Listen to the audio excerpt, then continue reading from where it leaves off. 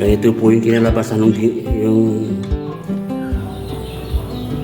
kinapchap natin. Oh. Paganda oh.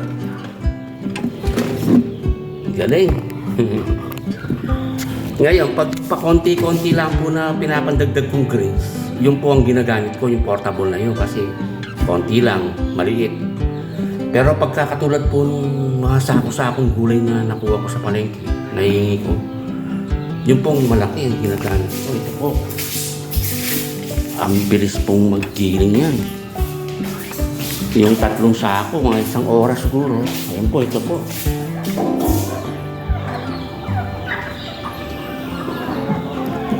Ang laking tulong po yan sa akin sa paggiling ko ng mga gulay. Kaya ito po binigay sa akin ng utol ko, si June.